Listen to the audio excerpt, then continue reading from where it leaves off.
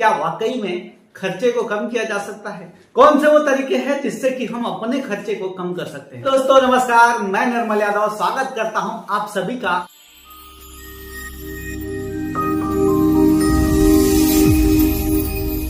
खर्चों को एक व्यक्ति कैसे कम कर सकता है? क्या वाकई में खर्चे को कम किया जा सकता है? हर व्यक्ति जानता है कि कमाना कैसे है, हर व्यक्ति जानता है कि खर्च कैसे करना है। इनकम और एक्सपेंस तो सीख गए, पर ये नहीं जान पाए कि बचत कैसे करें और निवेश कहां पर किया जाए। खर्चे कम करने के बहुत सारे तरीके हैं, पर यह आपके व्यक्तिगत बजट, प्राथमिकताओं और आपके जीवन शैली पर निर्भर करता है।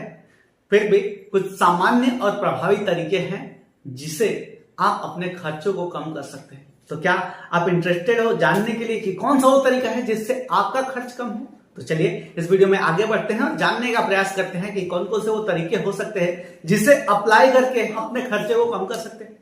सबसे पहला, बजट बनाएं। दोस्तों अपने लिए एक स्पष्ट बजट तैयार करें कि आपकी आय कितनी है और एक्सपेंस कितना है। इनकम और एक्सपेंस आपको जानना बहुत जरूरी है। इससे आपको पता चलेगा कि कहां पर ज्यादा खर्च हो रहा है, कहां पर कटौती करने की जरूरत है। जब तक आपको यह पता ना हो कि आपके खर्च कहां कहां जा रहे हैं, तब तक आप अपने उस खर्चों को कंट्रोल नहीं कर सकते। एक एग्जांपल लेते हैं, पानी का बोतल लिया आपने, उस बोतल में जगह जगह छेद है। अब आप पानी भरते जाओगे लेकिन अलग अलग छेद से पानी लीकेज होता रहेगा, बोतल भर नहीं पाएगा। अगर उस बोतल को भरना है तो आपको पहले छेद को बंद करना होगा, और छेद को बंद करने के लिए आपको पता होना चाहिए कि कहां कहां पर लीकेज है। तो उसी तरह से अपना एक्सपेंस कहां कहां पर है, कहां कहां अननेसेसरी खर्च हो रहे हैं, इससे पता करना होगा। अगर ये पता हो गया तो आपका खर्चा कम हो सकता है। तो अपने लिए एक स्पष्ट बजट बनाएं, पता करें कि आपका इनकम और आपका एक्सपेंस रेशियो क्या है। अगला पॉइंट है, आवश्यकताओं और इच्छाओं का अंतर समझें। पहले यह समझें कि क्या जरूरी है और क्या केवल इच्छाएं हैं। अक्सर खर्चे इच्छाओं के कारण बढ़ जाते हैं। जैसे कोई चीज हमारे लिए जरूरी नहीं रहता है, पर उसकी बाइंग हो जाती है। रीजन क्या है? पड़ोसी ने वो चीज लाया, दोस्त ने अपने लिए खरीदा। हो सकता है आपके उस दोस्त को उस चीज की जरूरत होगी, पर फिलहाल आपको उस चीज की जरूरत ना हो, फिर भी दोस्त ने खरीदा करके आपने भी ले लिया। अपनी जरूरतों को प्राथमिकता दें। इच्छाएं अनंत है, आपके लिए क्या जरूरी है इस पर फोकस करें। अगला पॉइंट है, स्वास्थ्य बीमा और अन्य पॉलिसी पर विचार जरूर करें। दोस्तों बीमा और पेंशन जैसी योजनाएं आपको भविष्य में आकस्मिक खर्चों को बचाने में मदद करती है, इसलिए अपने लिए उचित पॉलिसी लेना फायदेमंद हो सकता है। अब स्वास्थ्य बीमा लेना कैसे फायदेमंद हो सकता है? अगर आपके पोर्टफोलियो में स्वास्थ्य बीमा है तो ये आपके अनएक्सपेक्टेड मेडिकल खर्चों से आपको सुरक्षा देता है। हम में से मैक्सिमम परिवार केवल एक हॉस्पिटलाइजेशन दूर है गरीबी रेखा से नीचे आने में। इस बात को समझने की जरूरत है कि अगर किसी परिवार में कोई मेजर बीमारी हो जाती है तो केवल एक हॉस्पिटलाइजेशन लगता है। जिंदगी भर की कमाई एक झटके में डॉक्टर के पास देना पड़ता है। इसीलिए आपके पास हेल्थ इंश्योरेंस होना बहुत जरूरी है। Life insurance, life is uncertain. कौन कितने साल जिएगा और कौन सा दिन होगा जो आखिरी होगा, किसी को पता नहीं। इसीलिए अपने आर्थिक जरूरतों को पूरा करने के लिए लाइफ इंश्योरेंस होना बहुत जरूरी है। तो ये आपके पोर्टफोलियो में ऐड कीजिए, क्योंकि ये आपके अननेसेसरी खर्चों को बचाने में आपकी मदद करेगा। नेक्स्ट पॉइंट है, खर्चों को कम करने के लिए स्मार्ट शॉपिंग। छूट और ऑफर का फायदा उठाएं। किसी चीज की खरीदारी अगर आपको करनी है, खरीदने से पहले तुलना करें कि कौन सी दुकान या कौन सा ऑनलाइन साइट पर जो आप चीज खरीदना चाहते हो वो सस्ता मिल रहा है। कोई चीज आप खरीद रहे हो, उसमें आपको कुछ छूट मिल गया तो डायरेक्टली वो आपका सेविंग हो गया या फिर अर्निंग समझ सकते हैं। तो इसलिए छूट और ऑफर का फायदा उठाएं, और जब जब डिस्काउंट रेट पे कोई चीज मिलता है जो आपके लिए जरूरी है उसकी खरीदारी करें। सूची बनाकर ही खरीदारी करें। आप मॉल में घुस गए, आपके पास लिस्ट नहीं है आपको क्या खरीदना है, तो जो जो मन में आता है वो उठा लेते हो। जब भी शॉपिंग करनी है उसकी प्रॉपर योजना बनाएं और एक व्यवस्थित सूची बनाएं कि आपको लगने वाला कौन कौन सा चीज है और वही चीज खरीदें। अगला पॉइंट है, उधारी से बचें। अगर आप बार बार कर्ज लेते रहे तो ब्याज पर अतिरिक्त खर्च पड़ता है। लोन लिए हो 3 साल निकलने के बाद आपको फोन आता है, सर अच्छे रेट ऑफ इंटरेस्ट पे आपका ये अमाउंट जो बचा है वो बैलेंस ट्रांसफर करने का मौका मिल रहा है, कर लीजिए। और अच्छे अच्छे ऑफर बता के वो बैलेंस ट्रांसफर करा देते हैं और ऐसे में आपके ऊपर अतिरिक्त ब्याज बढ़ जाता है। तो अगर बार बार कर्ज ले रहे हैं तो इससे आपको अतिरिक्त ब्याज का खर्च बढ़ेगा। तो अपने खर्चों को नियंत्रित करने के लिए कर्ज से बचने की कोशिश करें, क्योंकि अतिरिक्त ब्याज यानी एक तरह का खर्च ही है। तो इसे कम करेंगे तो ये आपके लिए सेविंग का काम करेगा। चलते हैं आगे। कम महंगे विकल्प चुनें। महंगे ब्रांड के बजाय कम महंगे ब्रांड का सामान खरीदें। घर का बना खाना बाहर के खाने से सस्ता और हेल्दी होता है। कोशिश करें कि जो चीज आप बाहर जाके खाने वाले हैं वही चीज को सामान लाएं और अपने लिए उसे कुक करके खाएं। ये आपके उन बाहर से होटल के खाने से कहीं हेल्दी होगा। इस चीज को अपने लाइफ में जरूर अप्लाई करें। ये आपको हेल्प करेगा आपके खर्चों को कम करने के लिए।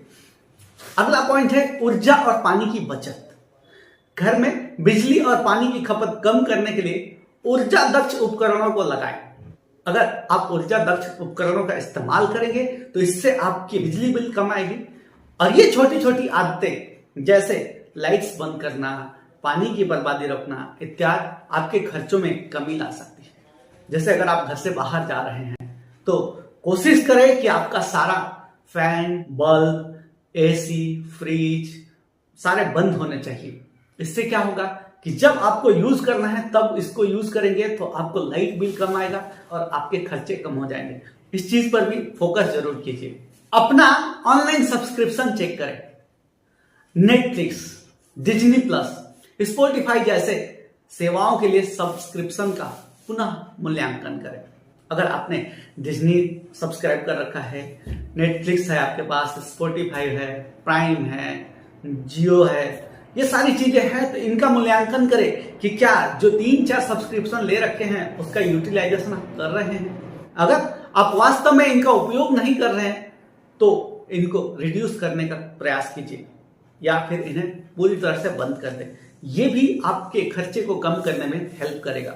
अगला पॉइंट है अपनी आदतों पर नियंत्रण रखें। जो खर्चे आदत में बदल चुके हैं उन्हें रोकने का प्रयास करें।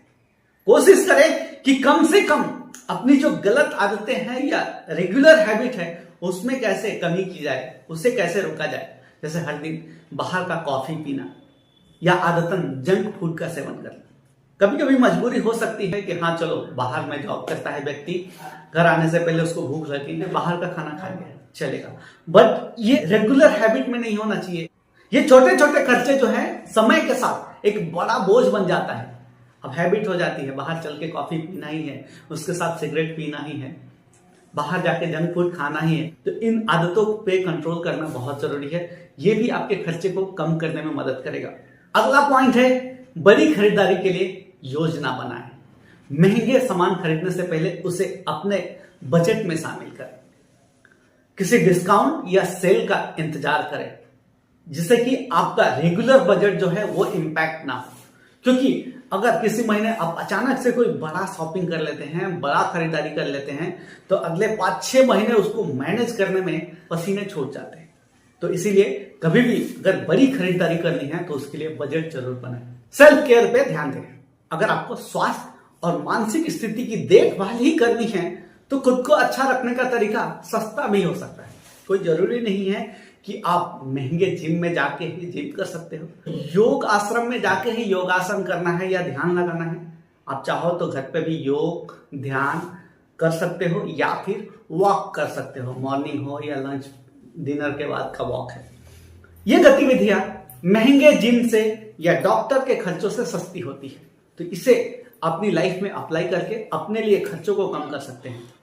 दोस्तों, इन कदमों को अपनाकर आप बहुत हद तक अपने लिए खर्चों को कम कर सकते हो और अपनी बचत को बढ़ा सकते हो। तो चलिए अपने लिए ज्यादा से ज्यादा कैसे खर्चों को कम करके अपने लिए ज्यादा से ज्यादा बचत का प्रावधान किया जाए। क्योंकि दोस्तों इनकम सिखाया जाता है, एक्सपेंस सिखाया जाता है, सेविंग की बारी आती है तो वो सिखाया नहीं जाता है। इसकी वजह से सालों साल जॉब करने के बाद, सालों साल बिजनेस करने के बाद भी पता चलता है कैश खाते में नहीं रहता। तो चलिए अपने लिए इन पॉइंट्स को अप्लाई करके और बेहतर रिजल्ट प्राप्त करने का प्रयास कीजिए। दोस्तों, आपको ये इंफॉर्मेशन कैसा लगा कमेंट करके जरूर बताइए। अगर आपको लगता है इस वीडियो से कुछ भी हेल्प मिल रहा है तो इसे अपने दोस्तों तक जरूर शेयर करें, ताकि उनके भी खर्चे कुछ हद तक कंट्रोल हो सके और वो भी कुछ सेविंग कर पाए। वीडियो अच्छा लगा तो लाइक कीजिए, शेयर कीजिए अपने दोस्तों के साथ। इस चैनल को सब्सक्राइब जरूर कीजिए, क्योंकि इस तरह के वीडियो आपको इस चैनल पर मिलते रहेंगे। तो मिलते हैं अगले वीडियो में, तब तक के लिए इजाजत दीजिए। Thank you very much.